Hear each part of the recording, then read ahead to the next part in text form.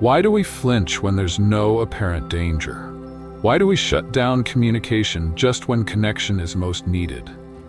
Why do we sometimes find ourselves drawn, almost magnetically, to situations or people that echo old pains, even as we consciously yearn for peace? You might tell yourself, that's just how I am, a quirk of personality, an ingrained habit. But what if it's more than that?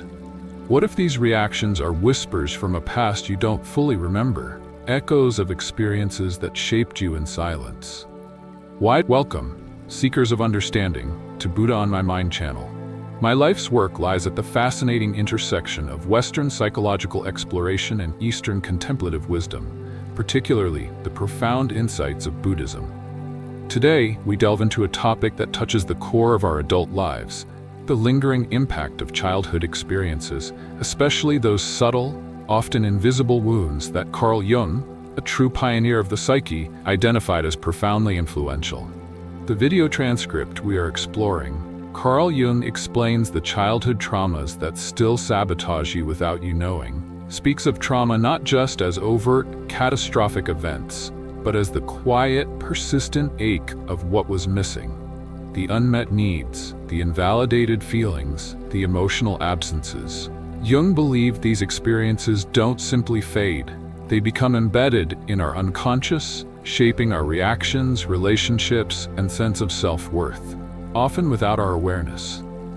We will journey through Jung's framework, but critically, we will illuminate it with the lens of Buddhist psychology. How do concepts like karma, mental conditioning, sankhara, mindfulness, sati, and compassion, karuna, help us understand and heal these deep, unconscious echoes? This isn't about assigning blame to the past. It's about liberation in the present. It's about understanding that the feeling of being broken is often the result of brilliant, necessary adaptations made long ago, adaptations that no longer serve us. If you sense a truth in this, a resonance with patterns you haven't understood in yourself, then stay present. Uncovering these hidden dynamics is the first crucial step towards reclaiming your wholeness. Let's begin. The transcript compellingly introduces the idea of trauma stemming not just from overt harm, but from what was missing. The hug that never came, the words you needed but never heard, the space to cry that was never safe to take. Original transcript reference. Carl Jung recognized that these subtle, chronic emotional deprivations can be just as impactful, if not more insidious, than easily identifiable traumatic events. From a Buddhist perspective, this resonates with the understanding of dukkha, often translated as suffering or unsatisfactoriness. While dukkha includes obvious pain, it also encompasses the pervasive sense of lack, incompleteness, and the stress arising from unmet needs and unfulfilled cravings, tanha. When fundamental needs for safety, connection, validation, and emotional mirroring are consistently unmet in childhood, it creates a foundational layer of dukkha. The child experiences the suffering of conditioned states, the inherent unsatisfactoriness of relying on conditional external sources for fundamental well-being.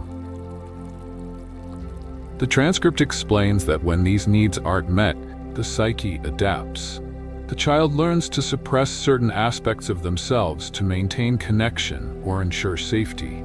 They might become the helper, the pleaser, the strong one, creating a functional persona, a mask. Jung termed the disowned aspects, the invalidated sadness, the disallowed anger, the unmet needs, as constituting the shadow self. This isn't necessarily evil, but comprises everything deemed unacceptable within the child's specific environment. In Buddhist psychology, this adaptation process can be understood through the lens of sankhara formation. Sankharas are mental formations, karmic conditionings, or volitional impulses shaped by past experiences and intentions. When a child learns, for instance, showing sadness leads to rejection, a sankhara of suppressing sadness is formed. When they learn being compliant earns approval, a sankhara of people-pleasing develops. These aren't conscious choices initially. They are deeply ingrained survival strategies. The repeated reinforcement of these patterns creates strong habitual tendencies, vasanas. The danger, as highlighted, is that the child doesn't just suppress a feeling, they begin to lose access to themselves. Suppressing anger teaches that one's boundaries don't matter. Suppressing sadness teaches that one's vulnerability is unacceptable. Suppressing authenticity teaches that survival depends on wearing a mask.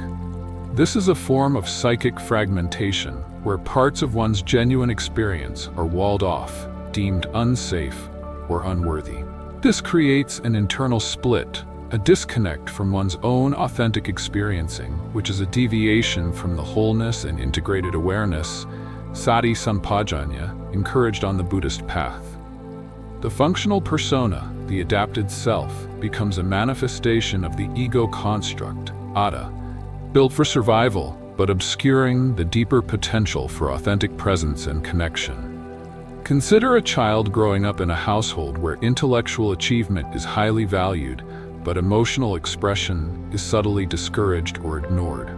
They might receive praise for good grades, but silence or discomfort when they cry or express frustration. This child learns to prioritize their intellect and suppress their emotional world.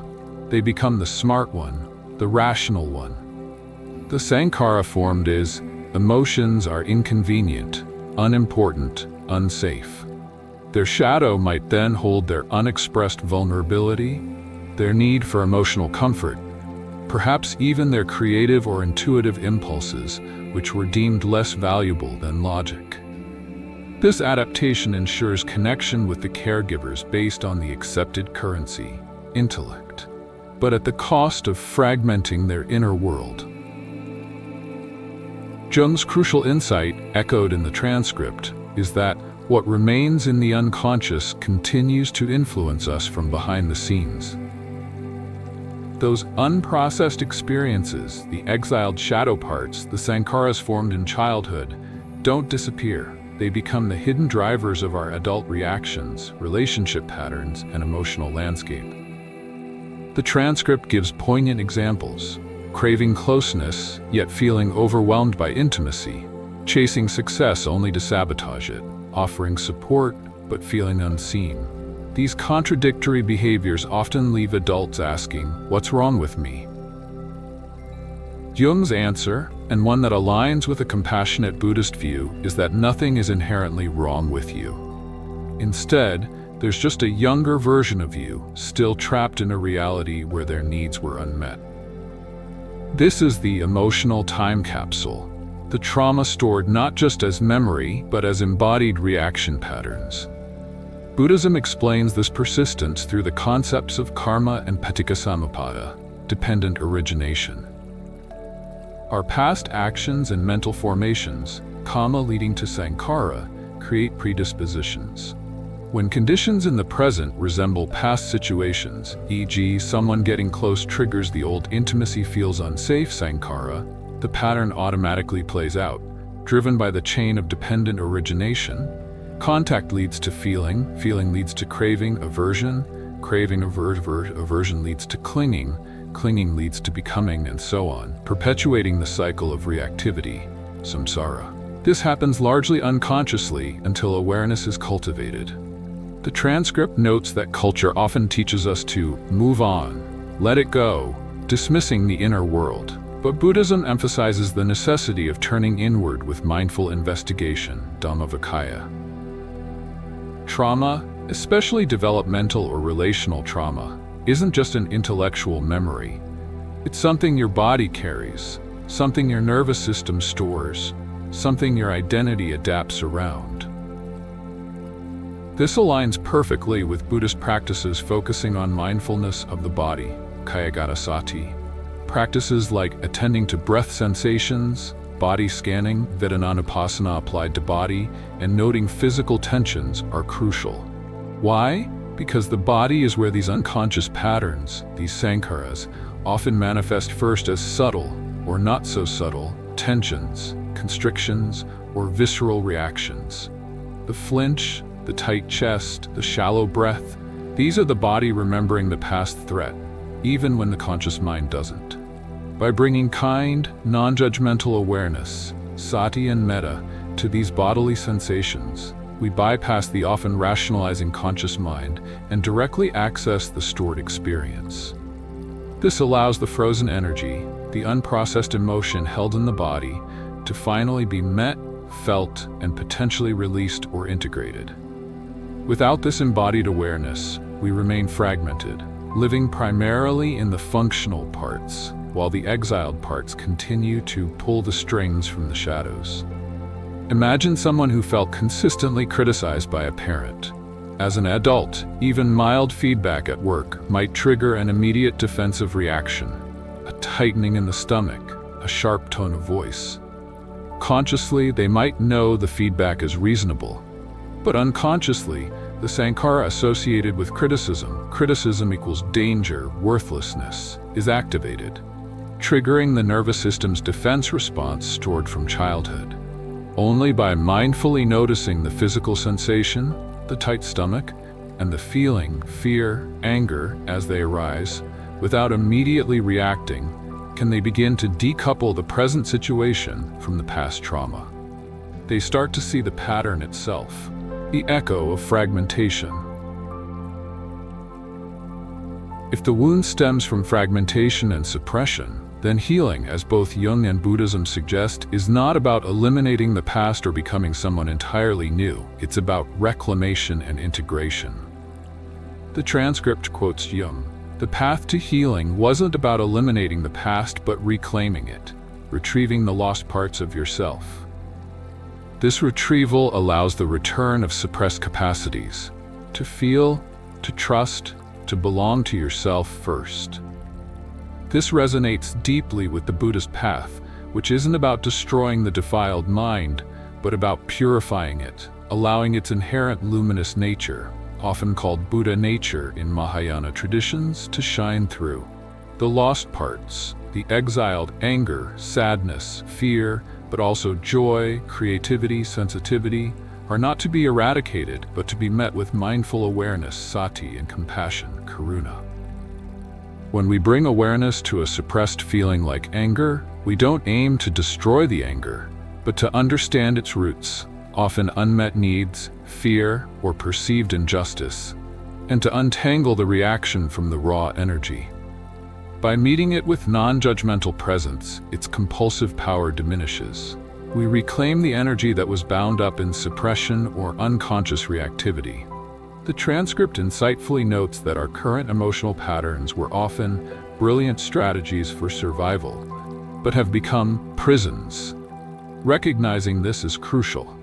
The people-pleasing, the hyper-independence, the emotional shutdown. These weren't flaws, they were intelligent adaptations by a younger self trying to navigate a difficult environment. Buddhist practice encourages bringing compassion to these parts. Instead of judging the pleaser part, we can acknowledge its intention. It tried to keep me safe connected, while recognizing its current limitations. This compassionate understanding, karuna coupled with panna, wisdom, loosens the identification with the pattern. Jung's view of healing as removing everything that isn't truly you, everything you picked up out of fear, shame, or survival, aligns with the Buddhist goal of shedding layers of conditioning, sankharas, and ego clinging, attha-ditthi, to reveal the fundamental nature of mind and reality. This requires courage, as the transcript notes, because it involves sitting with discomfort. This sitting with is the essence of mindfulness practice, observing difficult thoughts, feelings, and sensations, dukkha vedana, without aversion, patigha, allowing them to arise and pass according to their impermanent nature, anicca. Each act of mindful presence becomes an act of repair. Sitting with discomfort instead of judging it equals welcoming home an exiled part. Connects to upekkha, karuna, allowing yourself to cry without apology, repairing the child who had to stay strong. Connects to validating vedana, self-compassion. Saying no without guilt equals giving voice to a boundary that was never allowed. Connects to right speech samavaka, skillful action samakamanta. This stitching back together happens not through forceful control, but through presence and compassion. Jung's powerful quote, "I am not what happened to me, I am what I choose to become," takes on profound meaning here. The choosing isn't about ignoring the past, but about consciously choosing our response in the present, informed by awareness of past conditioning, but not bound by it. This choice is empowered by meeting who you've been forced to forget, the exiled parts, the shadow, with mindful acceptance. This meeting dissolves the internal war. Consider someone who, due to early invalidation, developed a pattern of intellectualizing emotions. Healing involves returning to the felt sense in the body, kayagarasati, allowing the discomfort of vulnerability, dukkha-vedana, to be present without immediately shifting to analysis, resisting the old sankara. It requires compassion, karuna, for the younger self who learned that feeling was unsafe, and courage, virya, to stay present with the rawness of direct experience. This is reclaiming, integrating. Our exploration, drawing from Carl Jung's depth psychology and the ancient wellspring of Buddhist wisdom, reveals a profound truth about healing the echoes of childhood trauma, especially the often unseen wounds of what was missing. We've learned that reactivity in adulthood, the unexplained anxieties, the relationship patterns, the self-sabotage, often stems not from present circumstances alone, but from unconscious patterns, sankaras, vasanas, forged in early life as survival adaptations. These adaptations, while once necessary, lead to psychic fragmentation, exiling essential parts of our emotional landscape into the shadow self. Jung's framework helps us understand this dynamic psychologically, while Buddhism provides the philosophical grounding and the practical tools for healing. The path forward is not one of escape or self-improvement in the conventional sense, but a courageous return, a journey of reclamation and integration. Key to this journey is making the unconscious conscious.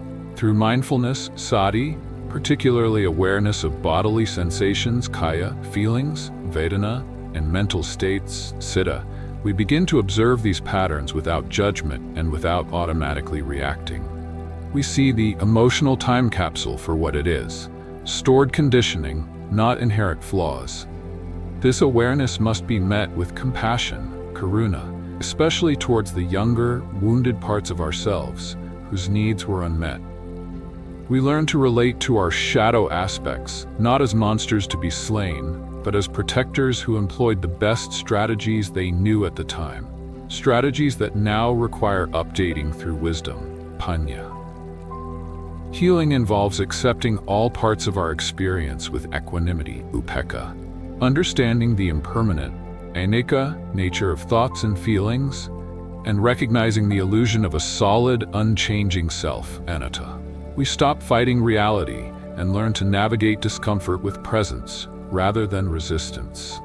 Ultimately, this path of individuation, as Jung called it, or purification and awakening in Buddhist terms, is about removing what isn't truly us, the conditioned defenses, the egoic clinging, to allow our inherent potential for wisdom, compassion, and wholeness, our Buddha nature, to emerge. It's messy, requires courage, and unfolds gradually, little by little. The war within ends not when we achieve some perfect, painless state, but when we stop abandoning ourselves. It ends when we learn to meet our own inner world, our shadows, our wounds, our light, with the mindful, compassionate presence we may have longed for in childhood. This return home to ourselves is the healing. It is the liberation,